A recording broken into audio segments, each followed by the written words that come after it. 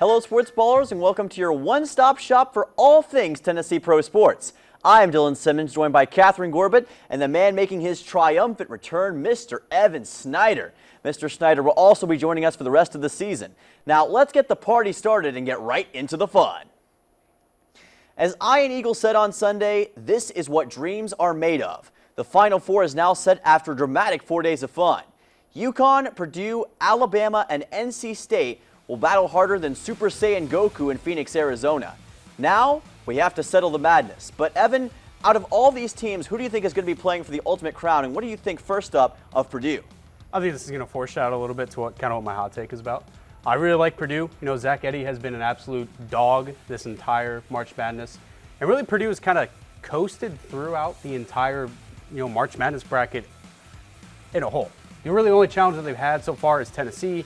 And honestly, I'm surprised Tennessee lost that matchup because going into it, they were on a tear. They went on multiple point runs during the first half, and the second half they just fell apart. But I mean, Purdue, you look at him, Zach Edey, and I think when you look at them as a whole, you need guys like Lance Jones and Braden Smith also step up huge. Their bench also step up huge as well, but I honestly think Purdue's looking, pretty solid to potentially make it to, the finals. Not to piggyback off of you, Evan, but I do have the same picks, I guess, for the Final Four. I'm rooting for Purdue and I'm rooting for UConn. Those were in my predictions last time we filmed, and I think that they are going to be the top seeds. Okay, all right. I'm going to talk a little bit about all these teams here. I did not see Alabama making this deep of a tournament run. No, I don't think anybody did. I did not see that coming. This team's one of the biggest shockers of the entire season, especially after you lost a lot of key pieces last year. You go out and you run wild, but they've been the antithesis of UConn. They've been a team that's kind of just clawing out games late in the final few minutes. So that's going to be interesting to watch. Purdue's a heck of a story. It's putting the Cody Rhodes comeback story to shame with their ability to get back into contention after losing in the first round last year to Fairleigh Dickinson. I mean, I didn't see that one coming. Yeah. So it's going to be very interesting to watch and see how it's all going to play out. But Evan, who are your picks for the national championship game? Yeah, I mean, like I said, it kind of foreshadows my hot take a little bit coming up. But I think it's going to be Purdue and UConn. You look at the two. You're more looking at the matchup between UConn and also Alabama. UConn, I think, honestly, does a lot better of a job at running the floor, transitioning, and getting the rebound. I think as long as UConn can out-rebound Alabama. Sure, Alabama, they're more three-point shooters. They shot a lot of three-pointers in their Elite Eight. Yes. I think they shot like 30-something three-pointers, which is insane. But I think if UConn can do all the right things right, transition, get out in open space, which they love to do, and, lock up the three-point perimeter, they're going to be absolutely fine. And then same thing for Purdue. Feed Zach Edey the rock, eliminate his foul trouble. I mean, when you look at NC State, DJ Burns Jr., he's also a dog. Guy should also be a D tackle in the NFL, in my opinion. There's some little bit of talks about He's that. got that ability. But, I mean, if Purdue can do that, the rest of the guys that I mentioned, Lance and Brendan, can also contribute more to their offense. I think no one's really going to stop Purdue. And I think, honestly, they might get the vengeance that they so deserve, even from last year and even, this entire season. I'm with you on Purdue for sure. I would root for them any day over NC State. I'm sorry to kind of chip yours. Whoa. I know. And then I am a Bama fan for football. However, with basketball, I am going to go for UConn as well. Okay, so I respect what you guys just said. I respect your points. Here it comes. With that said, I think you guys are both wrong because UConn's definitely making it. But NC State, and I'm going to get more into this later with my hot take, but NC State, they're legit this season. I'm not going to say a whole lot about it, but they're playing with as much momentum as anybody right now. Nobody wants to play the Wolfpack. UConn, I mean, look what they've done so far. Look what they did to Illinois. They have not lost, won a tournament game by less than 17 points this season. They are incredible. Donovan Klingman, Cam Spencer, and company, they're just, well, for lack of a better term, they're dogs. That's what they are. The Huskies are absolute dogs this year. I mean, technically, you're not wrong. Yeah, they are. And they're going to get the job done. It's going to be fun to watch how all of it is going to play out. Final Four is certainly going to be a spectacle, as it always is.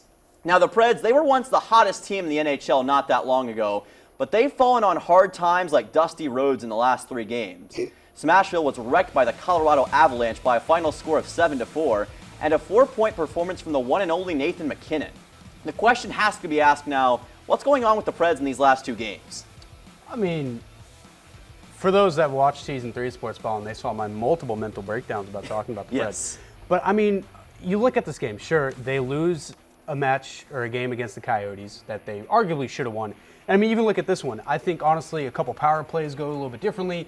The power play kill unit for the Preds wasn't as strong as they looked, because in the past couple, especially this long run that they've been going on where they scored a point in their past like 16 games, their power kill unit was in the top, 15 in the league. So I think that's what happened, is their PK kind of fell a little bit. They didn't take up many opportunities on the power play themselves.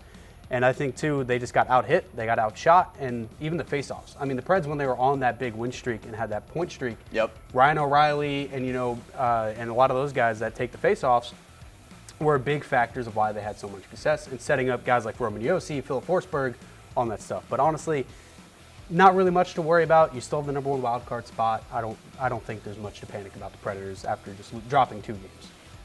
I agree with you. The Preds, they had kind of a toss-up of a season at first. It wasn't just win after win after win. However, they do still have the wild card spot, so I don't think that the 2 losses in a row are going to defeat them. I still see them getting to that Stanley Cup. Oh, wow, the Stanley Cup. Okay, that's a hot take. I was about to say. All right, anyway. I think this was a heart-wrenching game in the worst kind of way, because you're up 3-1, you're up 4-2, you've got a lead and you just let it slip away. That's going to be the toughest part. That lead, it vanished like Blockbuster video stores. That's what happened, okay? It just vanished away. Okay. Didn't help that Nathan McKinnon was playing NHL 24 out there. 4 points performance, Arturi Lehkonen doing what he does best, flying around the ice.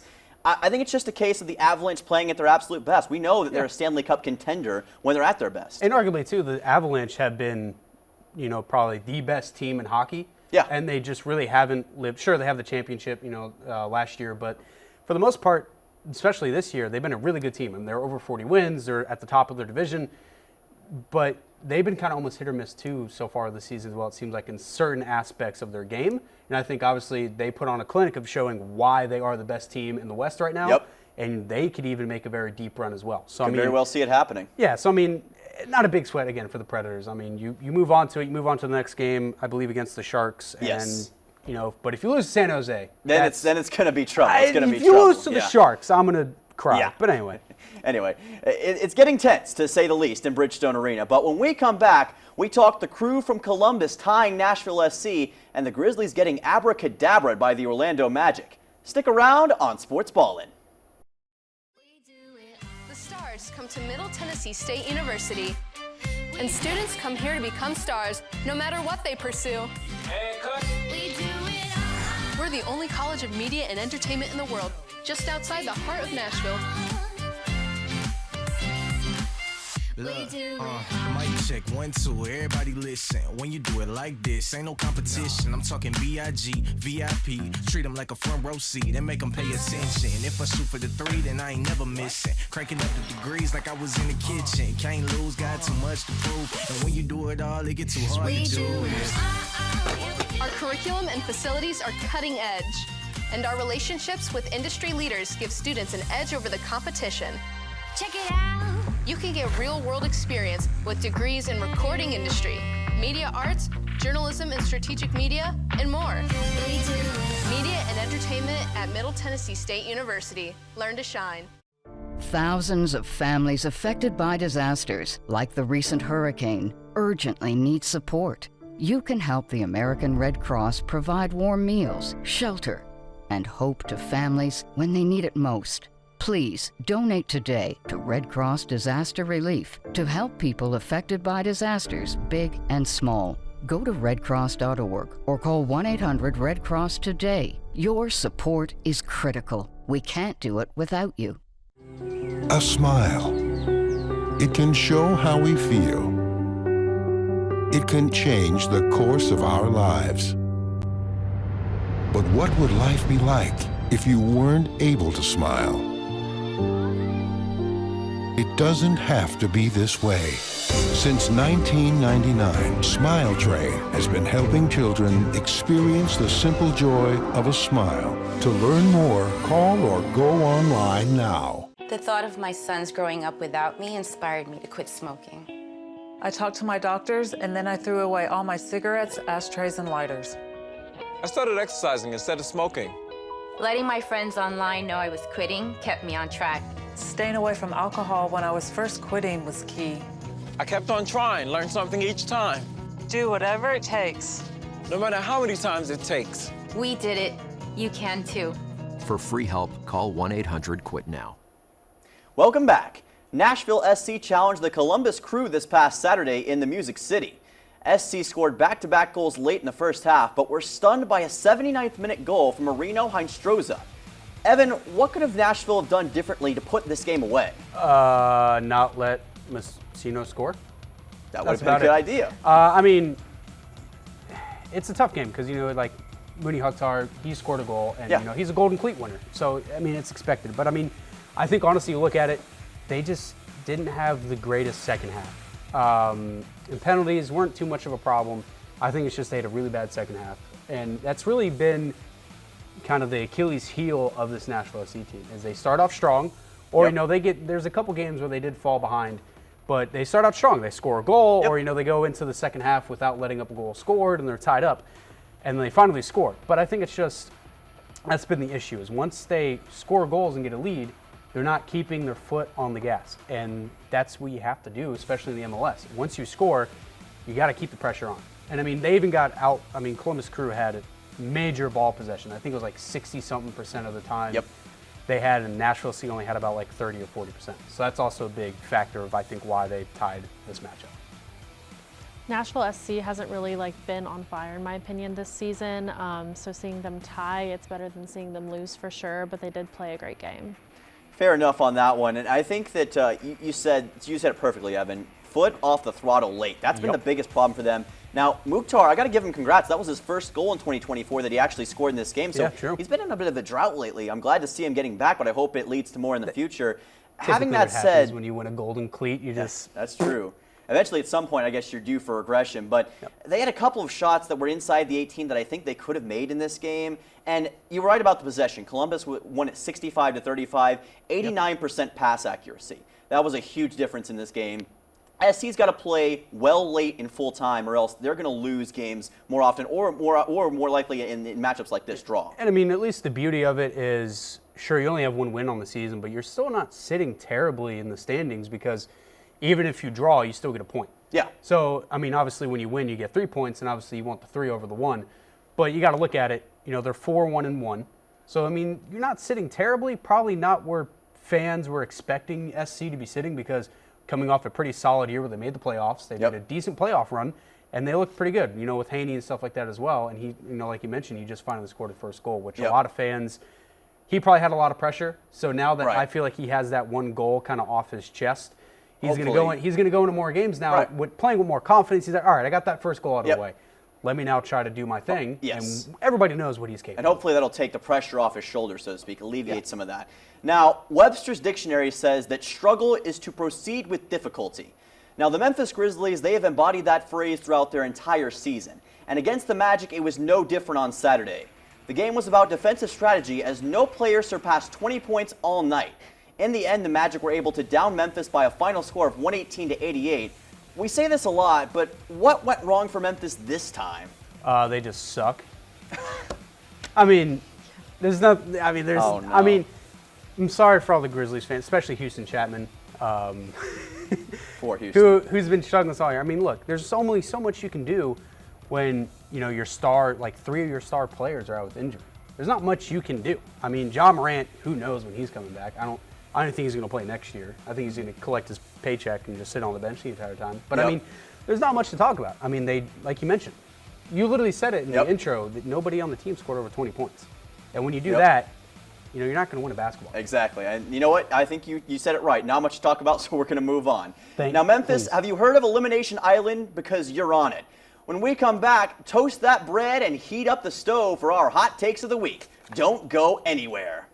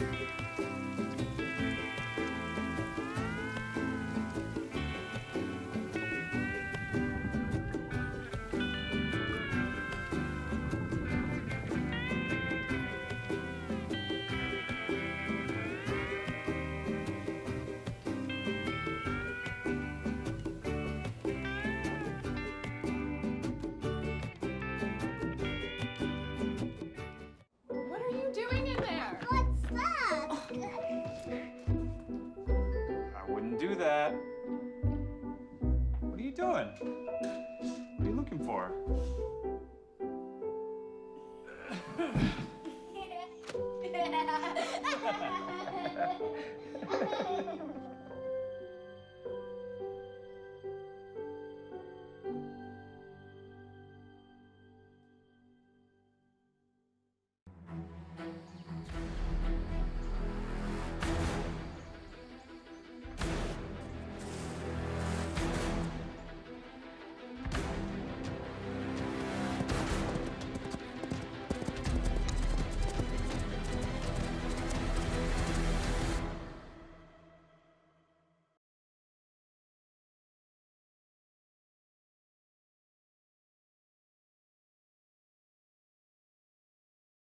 When I never graduated from high school, I realized I wanted to go back to school because I didn't want to work these back-breaking jobs the rest of my life.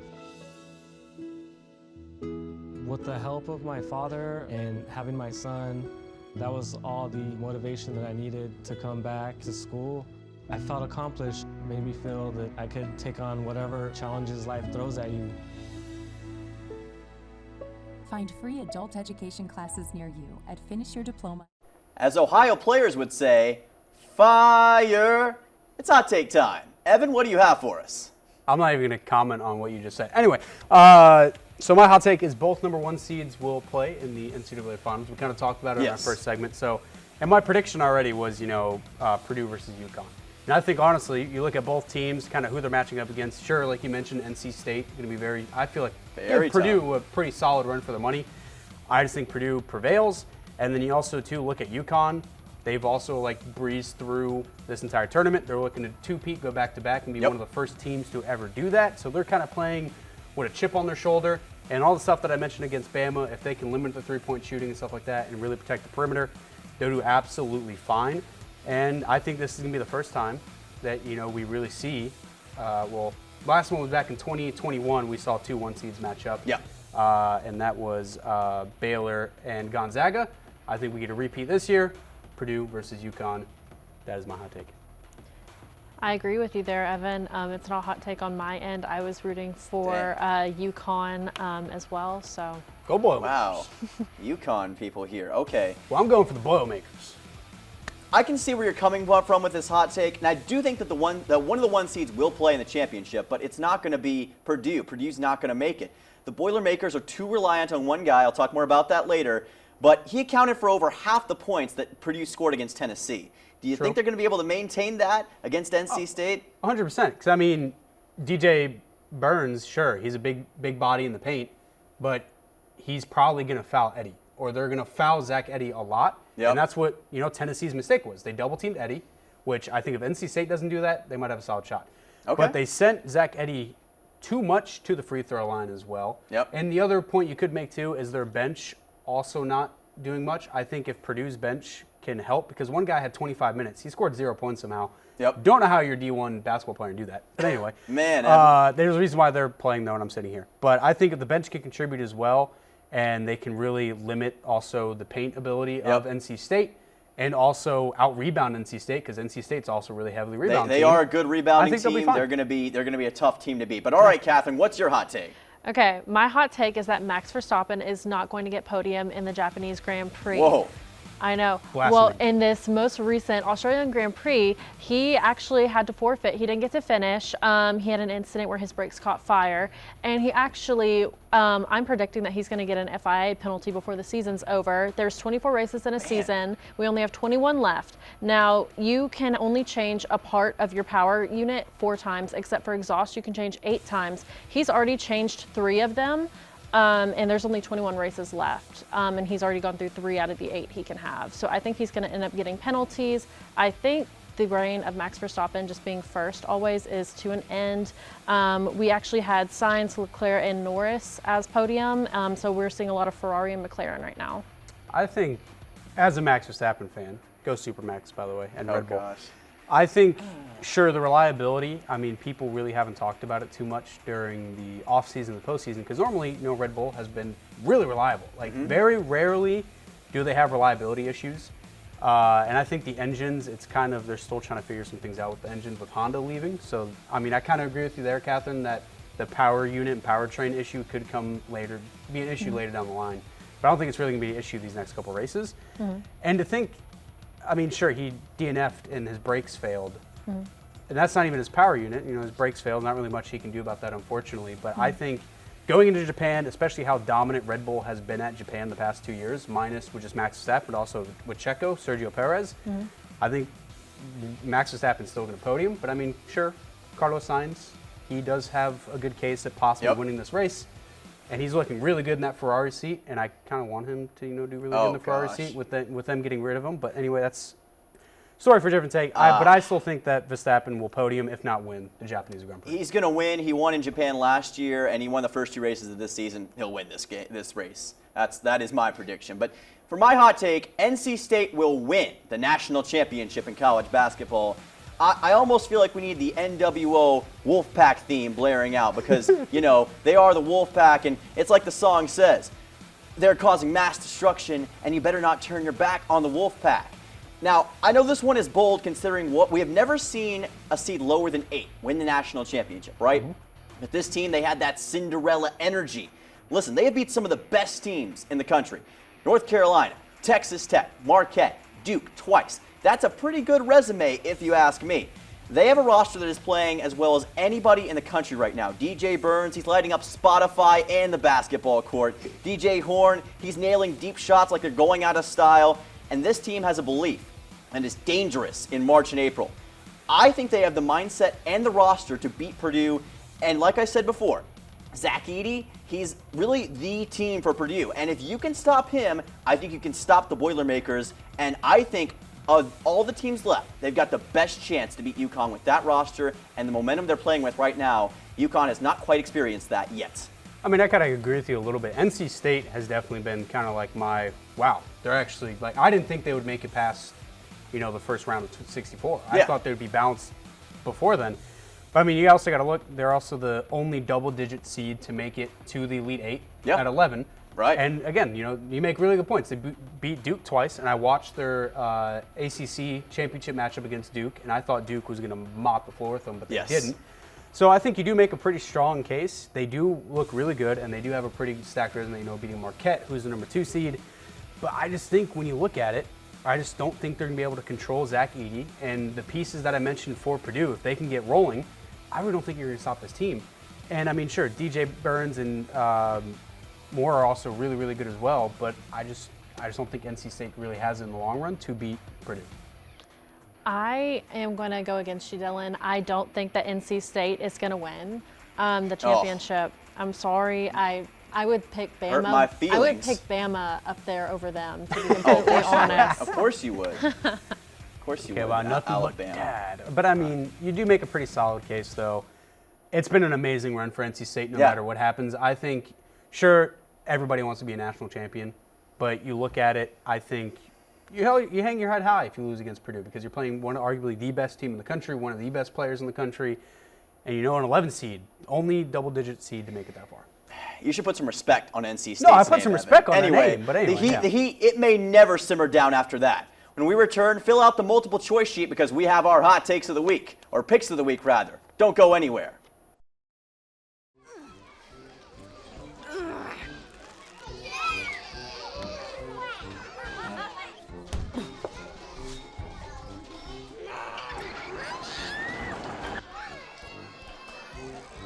If you love them enough to crawl into a play place to get them to come down, then surely you'll check nhtsa.gov/the right seat to make sure they're in the right car seat. When it comes to making plans, you are the best. Remember the best planned 90 minutes of your life? Or that surprise party for your parents' golden anniversary? You get the golden planning. The same way you plan each detail for those moments, start planning to protect you and your loved ones from a natural disaster. Sign up for local weather and emergency alerts. Prepare an emergency kit and make a family communications plan. Protecting your family is the best plan you can make. You know you don't have to wear your PT gear anymore, right? It's comfortable. So how's civilian life treating you? It's fine. When I got out, I didn't want to admit that there was anything wrong because I felt like a failure. And then I realized, like, there's nothing to be ashamed of. So I started talking to someone. Maybe you are fine, but if you're not, it's okay. Thank you. If you or a veteran you know needs support, don't wait. Reach out. Find resources at va.gov/reach. Every day, thousands of kids start vaping. And I can't let this happen to my kid. Of course, it's awkward to talk to your kids about the dangers of vaping. Hey, bestie, how sketch is me? It's hard to get their attention. Ready? Go. Yes, look at that. You even turn yours over. So if you want to talk to your kids about the dangers of vaping, you have to get it trending. Right, backpack kid? Let's do it. First, invite your kid to do the vape talk. Let's try this. All right. Why is he here? Yeah, I gotta get it trending, honey. Come on.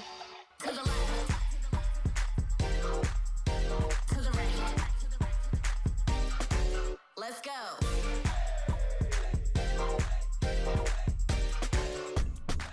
Oh, honey, can we talk? Yeah, what's up? I see a lot of your friends vaping. Visit talkaboutvaping.org for tips on when and how to have. Welcome back to Sportsballin. It's now time for our picks of the week. First up, we've got the Nashville Preds versus the Boston Bruins tonight at 7 p.m. It's at Bridgestone. Yes. I don't like the Bruinesses, so give me the Preds. The Bruinesses. I gotta pick the Bruins. I don't know. The Predators, I usually root for them when it comes to this segment, but I'm gonna go for the other team this time, even though it is in our home stadium. Man, I feel like you guys have kind of gotten despondent about the Preds. I mean, I have to agree with you, though, because I think the Boston Bruins are one of the best teams in the NHL. They're a hard team to stop, and Nashville's kind of been on a bit of a down streak lately. So, yeah, I got Boston winning this game. Now, for our next pick, we got the Grizzlies versus the Bucks tomorrow at 7 p.m. Is that even a discussion? The Bucks. Give me the Greek freak and the Bucks. I really don't think it would be a productive pick to pick the Grizzlies. I love Memphis. I do. They're not doing great, though. I'm going to have to go with the Bucks. I would just sound a little insane if I say Grizzlies again after their season. This team's at the bottom of the Mississippi River right now. Yeah. I don't think there's any digging them out of there. They've been just so bad lately, and there's no way to sugarcoat that. I hate it for Houston Chapman, but that's just a fact of life. But anyway, Milwaukee's going to win easily, 20 points at least. Lastly, Nashville SC versus Philadelphia Union, Saturday at 7:30. Hear me out. I'm going with the Trends. Give me a tie. I'm fancying a tie. A 1-1 tie between the Union and SC. You know what? Maybe this should have been a hot take. I'm going to root for a win for Nashville SC and not a tie. Okay. Maybe they got it. You think they got it? All right. I like the trust you're putting in them, but I'm with Evan. It's going to be another draw. For whatever reason, They just love draws this year. 1-4-1 overall record. They're going to be 1-5-1 yeah, because about to make it 1-5-1, baby. One thing about them, they're like shoelaces. They always tie it up. So that's what Nashville SC is going to do once again. But guys, this is no April Fool's joke. Sportsballin is done for the day. But don't worry, we will be back next week with more thrills and chills right here in Studio 2. Make sure to tune in on Blue Raider Television to catch new episodes every week. For Evan Snyder and Catherine Gorbett, I am Dylan Simmons saying so long, and remember to always have an electric night.